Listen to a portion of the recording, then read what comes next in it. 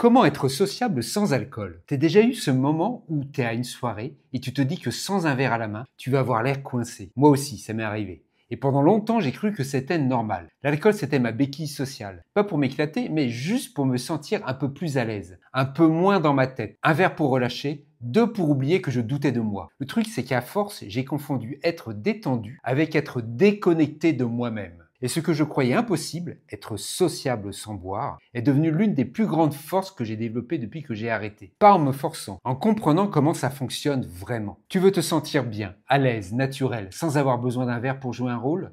Alors reste avec moi, parce que ce que je vais te partager peut vraiment changer ta manière d'aborder les autres et toi-même. Réfléchis une seconde. L'alcool est partout, et c'est devenu une sorte de lubrifiant social. Un mariage, on te tend une coupe de champagne avant même que tu t'assoies. Un apéro entre potes, tout le monde commande des bières.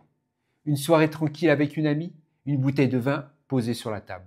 C'est quasiment automatique. Chaque événement semble avoir son verre attitré. Noël, anniversaire, rendez-vous galant, même les barbecues entre voisins n'y échappent pas.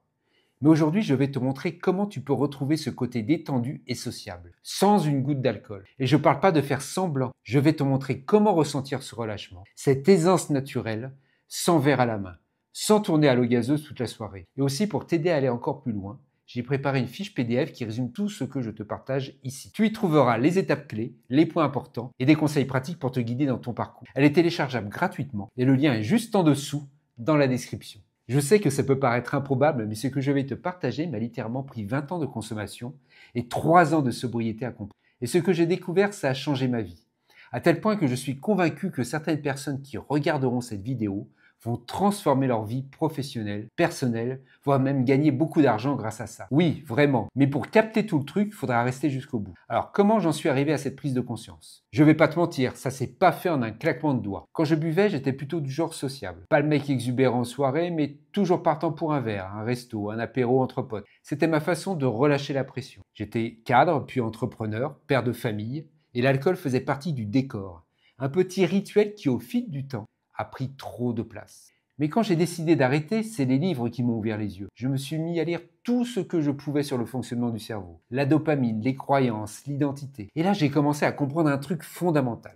Si je voulais changer durablement, je devais d'abord changer ma manière de penser. Et je suis tombé sur une phrase qui m'a marqué. La personne que tu es aujourd'hui ne peut pas t'amener là où tu veux aller. C'est exactement ça. Si je continuais à penser, à agir et à vivre comme je l'avais toujours fait, je n'allais jamais sortir du cercle. Alors j'ai changé. Petit à petit, j'ai déconstruit les croyances qui me liaient à l'alcool. Je me suis construit une nouvelle version de moi, plus alignée avec ce que je voulais vraiment.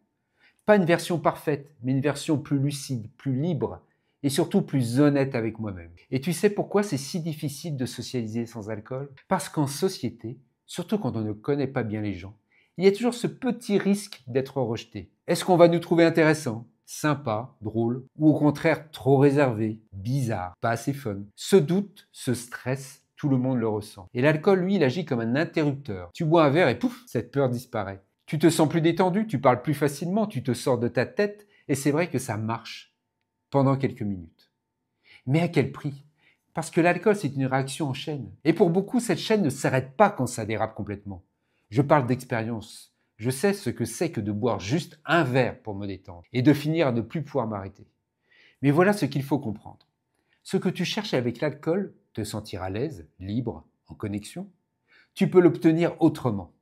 Je vais t'expliquer comment j'ai fait, parce que ça ne s'est pas fait en restant assis à attendre que ça se passe. J'ai bossé longtemps dans le commerce.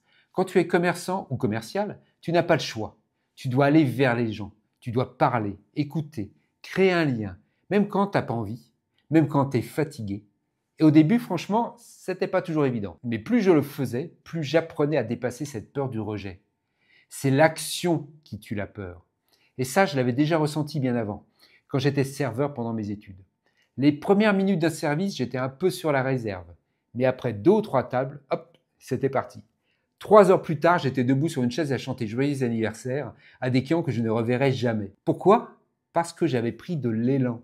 Et c'est ça la clé, le momentum social. Cette petite dynamique qui se crée quand tu engages, quand tu te connectes. Alors, comment on fait pour relancer la machine? Sans alcool. Tu dois créer du mouvement social, de l'élan relationnel. Des petites interactions simples mais puissantes. Par exemple, imaginons que tu aies un entretien d'embauche important. Tu vas être au top, détendu, souriant, connecté. Alors non, évidemment, tu ne bois pas 2 bières avant, même si ça pourrait te détendre un peu sur le moment. Mais ce que tu peux faire à la place, c'est ça. Dans le bus ou dans le métro, tu souris, tu dis bonjour. Au café, en face de l'entretien, tu fais une blague au serveur. Tu discutes avec quelqu'un dans la file d'attente. Tu te réchauffes socialement. Et quand tu arrives à ton rendez-vous, tu es déjà dans le flow, le rythme. Pas besoin d'alcool, pas besoin de forcer. Juste toi, connecté, ouvert, et bien dans tes pompes. Pareil pour un date, tu ne te pointes pas direct en mode robot anxieux. Tu crées du lien avant d'arriver.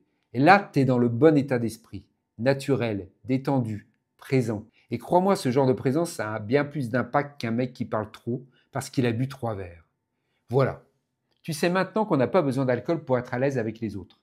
Ce qui te manque, c'est pas l'alcool, c'est juste un peu de rythme social, de fluidité, et surtout une nouvelle manière de te voir toi-même. Et ça, tu peux le créer toi-même. Et aussi, si tu veux garder tout ça sous la main et passer à l'action plus facilement, je t'ai préparé une fiche PDF à télécharger. C'est gratuit. Tu retrouveras les étapes, les idées clés et des exemples concrets pour appliquer tout ce que je viens de te dire. Le lien est juste en dessous dans la description. Tu cliques, tu l'imprimes ou tu la gardes sur ton téléphone. Et tu peux commencer dès ce soir. Alors je te dis à très vite et prends soin de toi, vraiment.